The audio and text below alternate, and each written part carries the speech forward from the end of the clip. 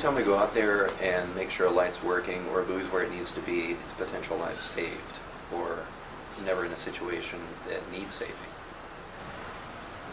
Basic navigation are basically just regulatory marks for everyone to know where the dangerous parts of the water are, where the safe parts of the water are.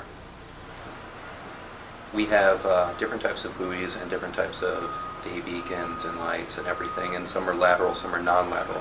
Lateral would be where the verified channel would be. Like, you know, everywhere going forward between the reds and greens is going to be safe. Whereas the non-lateral ones are where hazardous marks are. So everything around it could be perfectly fine, but it's just saying there's this one big rock, stay away from it. Our main responsibilities are to make sure that all the lights are what we say winking and blinking. So make sure that everything's working, they're where it's supposed to be. We never really know what we're going to get when we get there.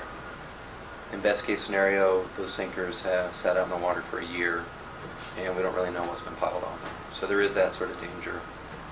You're always just pulling something from the dark, you have no idea what's there.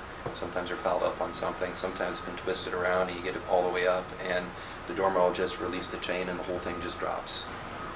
But in those sort of scenarios, we do everything we can to minimize the danger. Fitness is a huge part here. We drag around, you know, shots of chain. And the chain is around, going to be anywhere to 210 pounds, and the sinkers can be up to 500 pounds. When we pull it up, we're usually scraping it off with a buoy scraper and cleaning that off as quickly and safely as we can. We also have fixed aids, and they can be anywhere from 45 feet to 60 feet. And we wear climbing gear for that stuff, of course. And without climbing gear, one little slip and you could fall to your death or hit the rocks underneath. So we have little connections, and there are all sorts of different safety devices we can use. Little Y-landers to clip on each little rung, or there's little ladder rail safety grabs that will just slide us up there, so if you get tired you can lean back and it'll just hold you. It is kind of like a family. Make a lot of jokes with each other.